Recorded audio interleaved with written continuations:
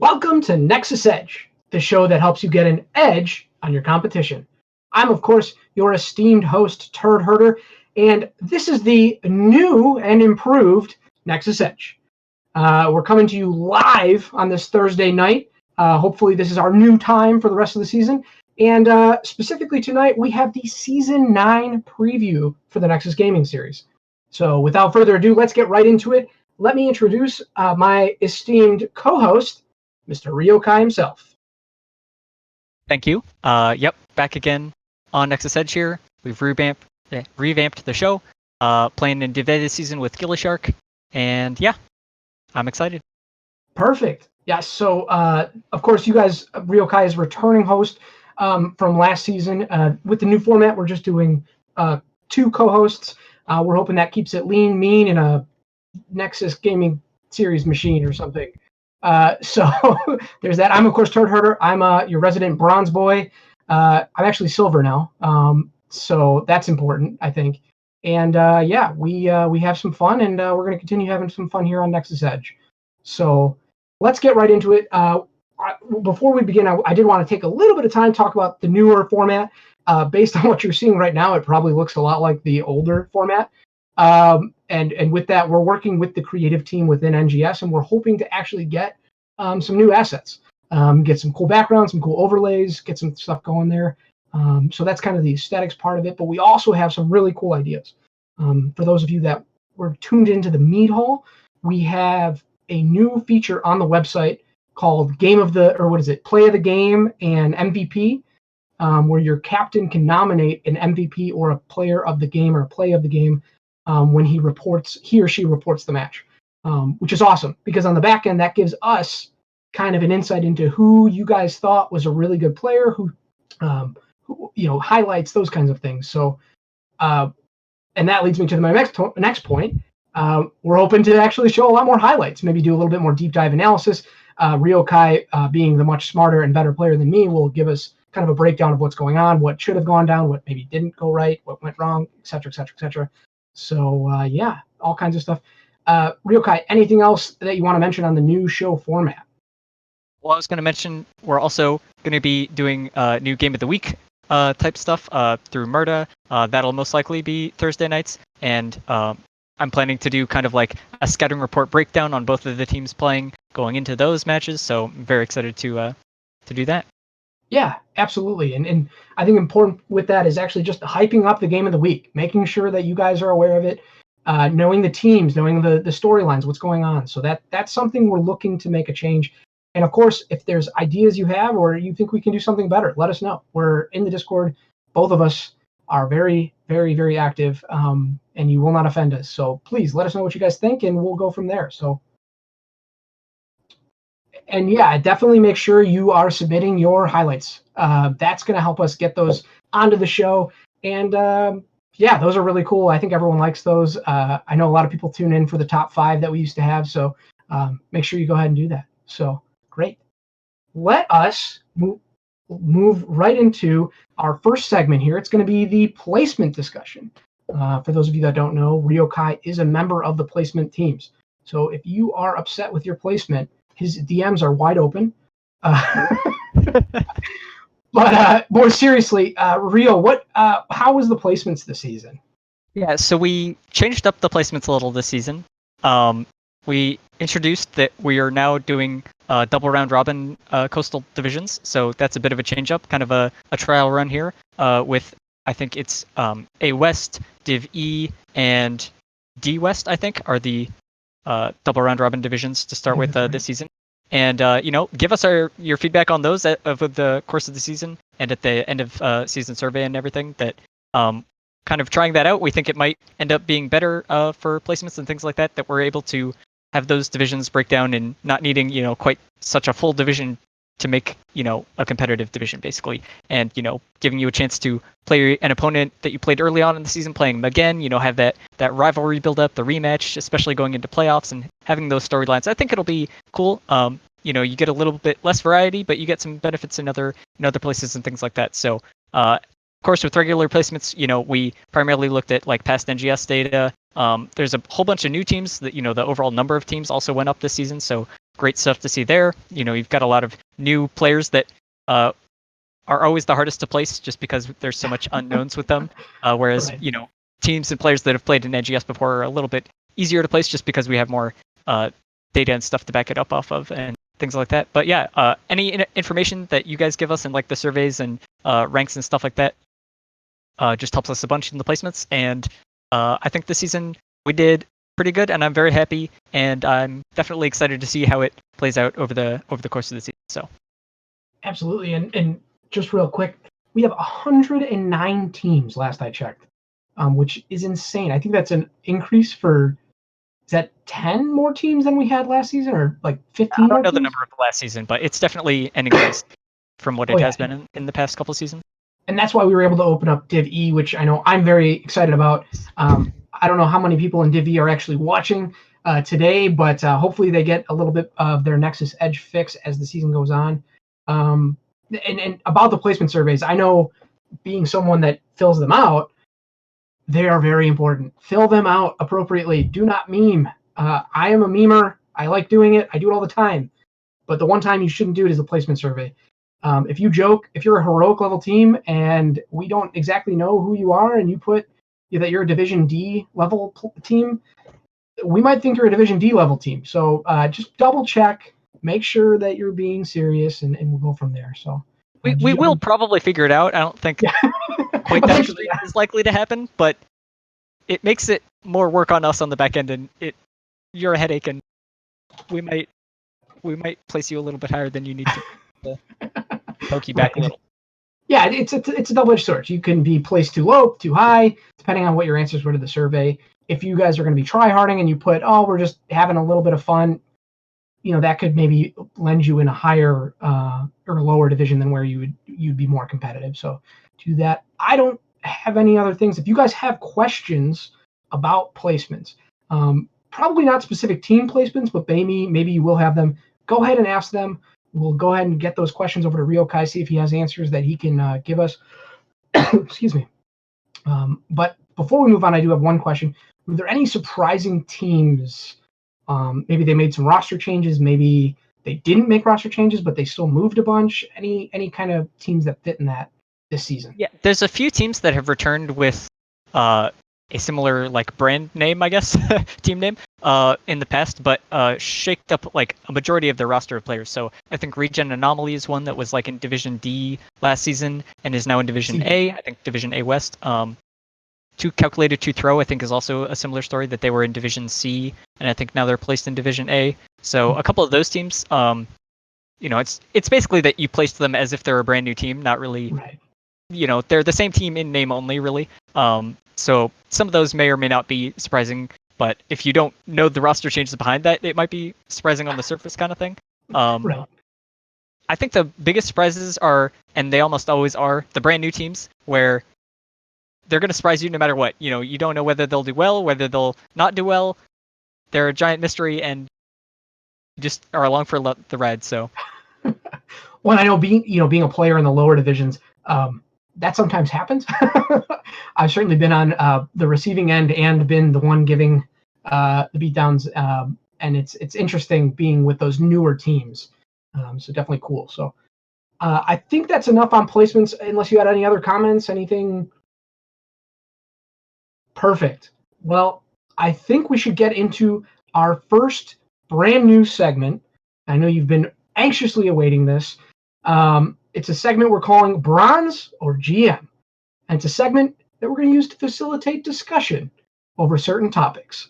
So let's just jump right into it. Let's get into it. First discussion is new TAS versus new Zool. So why don't you start us out, Ryokai? So I'm a ranged DPS player, and I also played Tassadar a fair bit, the old Tassadar. So I'm definitely in a new TAS camp. The new Zool, pretty strong. I'll agree with that. But new TAS, I think it's a brand new kit. It's really fun. Still, he's just a new puzzle to figure out because he's basically a brand new hero. And yeah, I'm having fun playing him so far. Hope to pull him out probably sometime in the season. We may or may not see him. And yeah, I like him. May or may not. I like that little caveat, the little edging. No and while I don't guarantee that we'll always disagree here. I do have to disagree. It's new Zool all the way. He's already been nerfed once. And at least in the silver mines that I belong to, he is still the #1 banned hero, first pick, first ban worthy in every single Storm League game I have played. As a team that might be wanting to practice with Zool, it's very difficult to do so. But just because that, I think the player base understands the raw power that is the new Zool. And as an offlaner, I think I'm probably going to get some flack for this, but I think there's a role for him in there. I think you were seeing some people play old Zool in the offlane. Like Towers of Doom was a popular map for him for an offlane type position. And I think that's something you're going to see a lot of now. And that's my pick, new Zool. There we go. I think new Zool is more likely to make the bigger splash across NGS as a whole, most likely. As you've already mentioned, with just the pure strength of the hero. So, yep. I think you're gonna see a lot of bans and a lot of picks. I guess data will show whether or not it'll work out, especially if all the Div D and Div E players are playing him and losing with him. So who knows?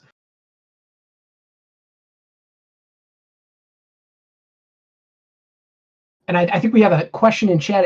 What did you think of the proposed task quest where he gives a 10% bonus to allied damage if he's able to crash his ship into the Overmind? This sounds like a StarCraft lore question.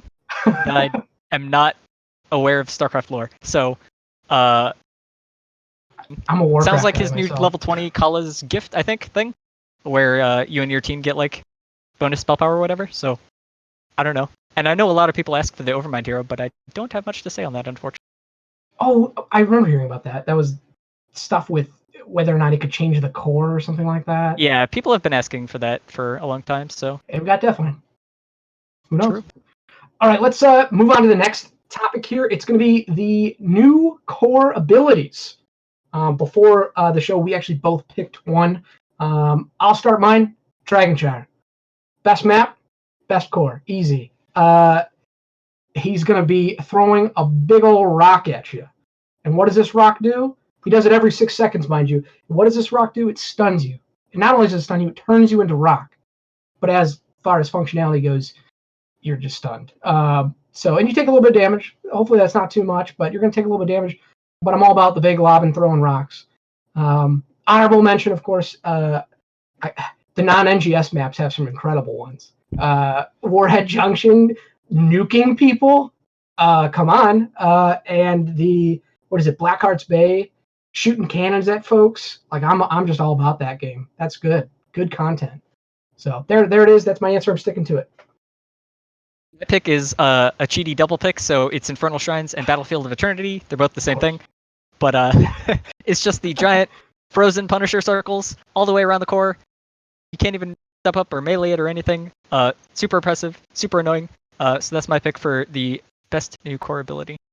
And what do you think about these new core abilities, like in general, overall? I'm a fan. I like them. I actually thought I would hate them upon reading like the patch notes on because they look like they're oppressive. They look really annoying, but they're not that bad, and like they're kind of fun. So yeah, I'm actually a fan. I was surprised. Terror, sending people in, making people sheeps. Why not? So great. Was this part of the anomaly? Is this something that's up for potentially being changed, or is this just something that this is it? I think it was sort of part of the anomaly that they wanted to like make cores and forts more like defensive at the same time. I think the bigger part is probably the forts and the towers, but right, which is a very good segue to our next topic. Fort and tower changes, good or bad? What do you think? They're almost good. I'm waiting for the changes right now to like tweak them a little bit, just fix some of the little weird like pain points of like damage over times and summons and all these things. I think the reasons behind them make sense, but right now they're just a little bit too strong, and I don't like that they change like the entire game, it feels like, and yeah, not a fan so far. But here's a question, and I think this one will differ depending on if you ask me or ask you. Have you eaten a full -40 armor tower shot? My answer is going to be no, because I think I've died before the 40 armor has hit me. Yeah, I don't think I've actually hit it, but I'm sure I'd messed up and was close to hitting it. But anyways, it's tough to say. It's hard. This offseason, one of the things I did was I took a little bit of a break from HOTS. I played League of Legends. And so coming back into Heroes of the Storm, it was the exact same. Towers are the same, guys. What's wrong? So I'm pro on them. I think it's teaching players the strength of towers without actually kind of, I don't know, they didn't feel as oppressive before, whereas now it's like, don't play under tower. And that changes the game. And I understand why people might not like that. But for me, I like it. I think it's good. And if anything, it's just a change. It's something new, it's something different. It's refreshing this game. Everyone joked about, a year and a half ago now, almost a year and a half ago, game is dead, HOTS is dead, no one's going to do it. And they're making changes. So this is great. I like seeing it, even if I don't necessarily love how it's implemented right now. But yeah, big fan. So let us know what you guys think. I think that one's pretty easy. Anyone can have an opinion on it. So there we are. Last topic here today for the Bronze or GM segment. This is something near and dear to my heart, of course, is which Dark Nexus skin is the best? So, of course, I'm going to start with my boy, Dark Nexus Deathwing. He's going to come in. He's going to do that little swoopy fire thing. I forget what the name of the ability is. And it's got yeah, there you go. And it's got the little the pixelated or the little hexagonal, polygonal, whatever it is, particle effect. I just love it. I think that's one of these new skins that you can see kind of that effect a whole bunch because Deathwing's ult is just so big. I really like seeing it. So, what about you? Which one did you pick? The least surprising pick of all is me picking Phoenix, my boy, getting a new skin. He's needed one for a while, so I'm happy with the new Dark Nexus skin. I think the silhouette, the splash art, the color, colorways and schemes, all great. It's a little bit weird in game. I'm still kind of getting used to it. Yeah. My honorable mention would be the Dark Nexus Tastar ones. Those are also great. Already previously mentioned him. Oh yeah, don't get me wrong. They're all really good. I like all of them. The ones from the past years also still pretty good. Alarak. They weren't bad. Yeah. So, and I do have to say that the Phoenix that you have below you, out of all of them, that one was my favorite. Like, by and large, as if I had to pick a very specific one, I like that blue orange coloration. I think that's really cool. But just overall, it kind of looks like a spider, which I guess that's what they're going for, like a Dark Nexus spider. But I don't know. Did you pick up the mount, the Dark Nexus mount? The mount is like the hound thingy. Yeah, it's kind of like a hound that has like that weird particle effect. Yeah, I think I got one in the loot box, but I don't use it. I'm actually contractually obligated. I should disclaimer here. Billy Shark has team mounts, so I am like, I don't get any mount choice for the season. I'm just like, it's been assigned to me what my mount is. I'm just. Do all 5 of you have one, or is it like Ryokai, you must use this mount? The entire team has the same one, so we're all matching. Yeah. They call it team synergy, man. It's important. Well, but it doesn't match the skin. It just matches each other. I know. I'm under contract. For seasons upon seasons, I've been pushing the Nexus Cats for unified mount synergy. And season 9 is hopefully, potentially, possibly going to be the season where we get cats that we're going to ride. We're going to ride some tigers into battle, because that's who we are. We're tiger riding battlers. I'm being notified that I don't get a choice in portrait either. I don't think this was part of the terms of my contract. If you're a team in NGS, you should have portrait synergy, or else, like, what are you even doing? It's pretty standard. So sounds good. Alrighty. I don't have anything else, guys. So that was our first segment. Let us know, or our first new segment rather. We're hoping to get a couple more over the next couple weeks here. I think this is a fun one. If you have topics, present them. You could do, this particular thing versus that particular thing. You can give us a range of questions, like how we did with the tower changes and such like that. So go ahead, drop those in Edge questions in the Discord if you have some good discussion ideas, and you'll get our bronze or GM opinions on it. I think that's pretty good. Any other things to add to that, Ryokai? Nope. Perfect. Keeping it short and simple. All right. Yeah, I see chess leaders. When is the karaoke segment? You don't want to hear me singing Taylor Swift, or maybe you do. Refuse I to don't know. sing publicly. Yeah, maybe you're into that kind of thing. I don't know. All right, guys, we have one more segment here. One of the promises we made is we want to keep this lean, mean Nexus Gaming Series machine, and we're going to try and do that. And what would a preview episode be if we weren't talking about teams to watch? That's exactly what we're going to do. We are going to talk about teams to watch in this upcoming season for one reason or another. Maybe we think they're not going to do great and they're going to surprise us. Maybe we think they're going to do great and they'll surprise us the other way. So let's go. Rio, why don't you start us off? Go through your picks and then I'll do mine, and we actually have some special guest picks that we can talk about. I've been known as the Oracle on Edge, so of course all my picks will be completely wrong. Anyone that I think will do good will of course flounder, and the teams that I unintentionally demotivate will prove me wrong. Yes. So my first pick here is going to be Give Us 20 in Heroic. This is a team of mostly new players to NGS. I think they have like maybe one or two players that have played in NGS before, but brand new team. They're in Heroic. Big mystery. I'm excited to see how they do. Next up here, I've got Pixie Dusters in Div A East. Also, brand new team to NGS. Excited to see how they do. They're in my division. A theme here, Rio Kai. There is a little bit of a theme, which is I is like. It a full theme? I don't know. Yeah. So yeah, they're in my home division, so I'm excited to see what they are up to. Get some scouting info on them, and play them later in the season, of course. Very nice. And then my last pick here in Division B East is Tricky Gooses, another team, mostly new players to NGS. How will they do? Open question. I love find out.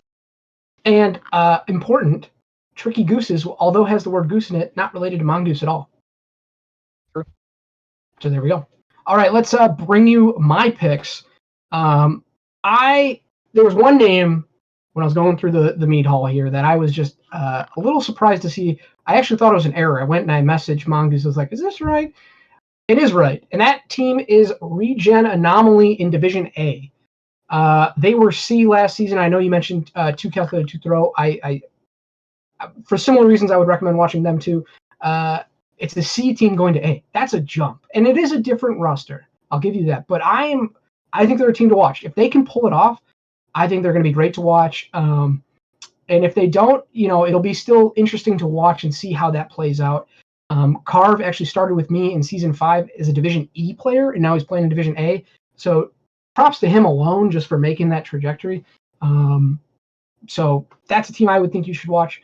Speaking of Division E, I wanted to give them some love on this show. For those of you that maybe don't pay attention to the bottom division here, One More Fight. Last season, Division D. First season in NGS, I believe. I think all their players were. And they struggled a little bit. They took a game or maybe even 2 off the Nexus Cats. Definitely towards the end of the season, we're looking real sharp, looking like a real good team. They're in Division E this season. I would expect them to do really, really well. So watch them over there in Division E. Jinxie Cat with the 69 bits. Thank you very much, of course. My last pick, Rainbow Strike Go in Division D West. This is another team similar to One More Fight. They were in C West last season. I think they were middle of the pack. And I think, I think they were middle of the pack. Sorry, I'm pulling up. I had some notes that I forgot to open. My apologies, folks.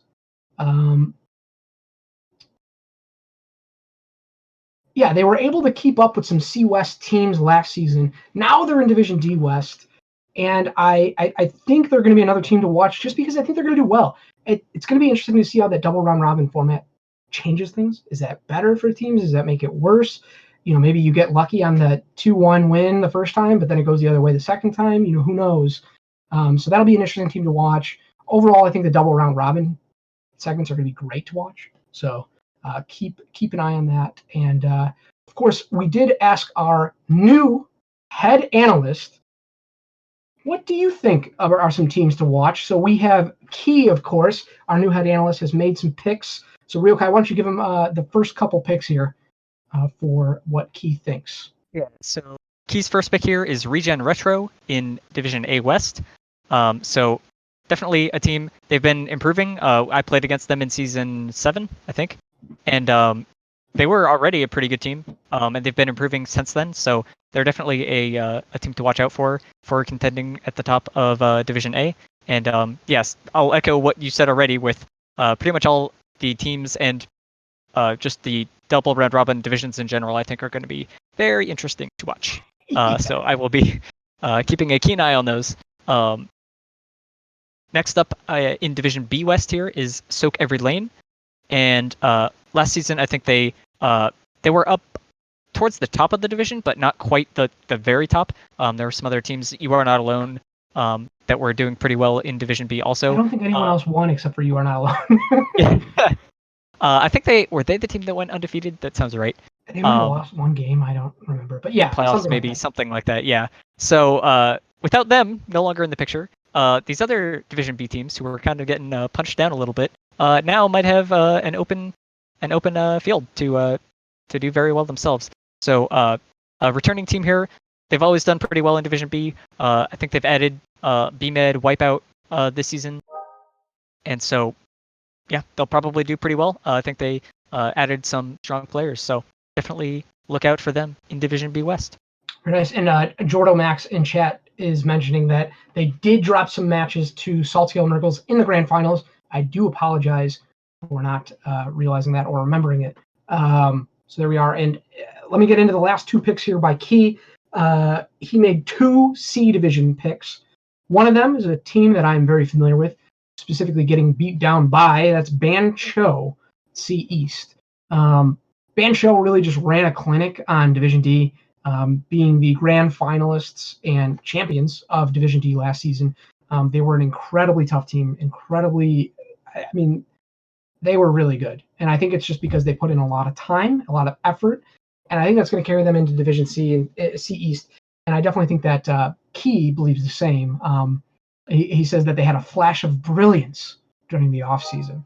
I think he was specifically talking about beating up on the Nexus Cats, but what are you going to do there? And I just think that they're going to be doing really well. They went really far in the Regen Invitational, which, for those that aren't familiar, is against a lot of different teams that are invited from Heroic to D are invited to this tournament, and they were one of the semifinalists.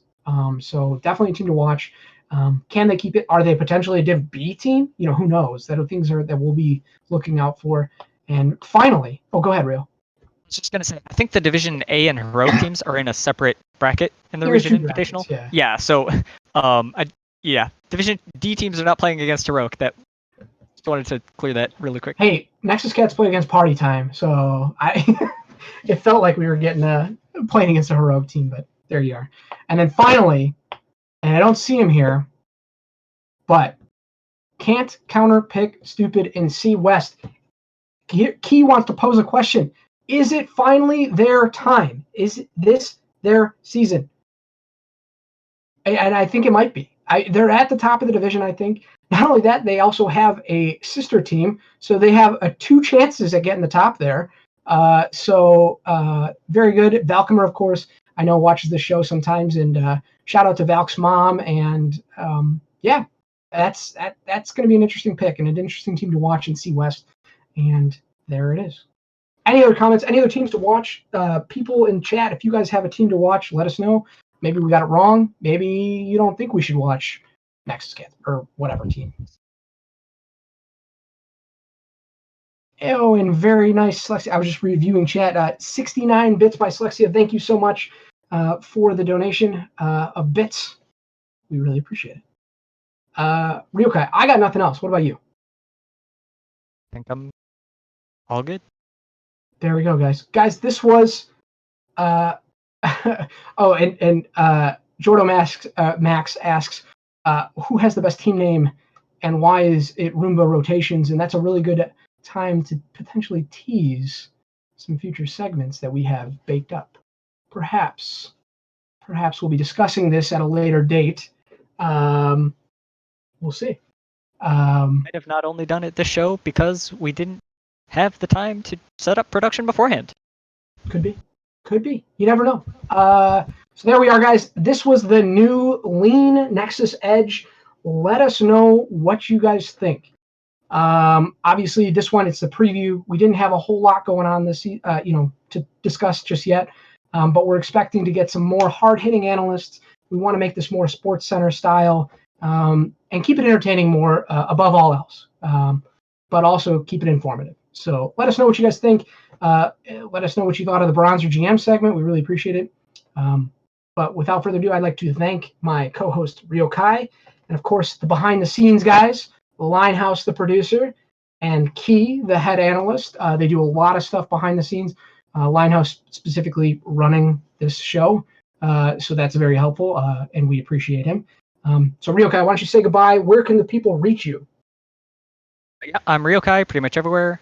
Twitter's probably the main social media I use, but I stream. And you actually post stuff on Twitter. I use Twitter a fair amount. It's interesting stuff. Yeah, I have a varied topic, whatever, spectrum on Twitter. You don't know what you're going to get from me. Yeah. Well, you do post about Heroes of the Storm. Yeah, I do some hot stuff. I stream occasionally. I have YouTube. So those are the main places to find me. I post on Reddit occasionally, but and then feel free to DM me on Discord or ask me any questions. I'm always open. Very nice. And I'm of course Turd Herder. You can find me Turd_Herder on Twitch, Turd Herder Hots at Twitter. I'm on the Discord. My name is bright and yellow or orange, so you'll be able to see it. And I'm always there. If you have any DMs about Nexus Edge, NGS, whatever, feel free to let me know. I'll be happy to help you out. That's it. This is Turd here saying adios, amigos. Remember to stay safe in the Nexus and take your hots to the edge.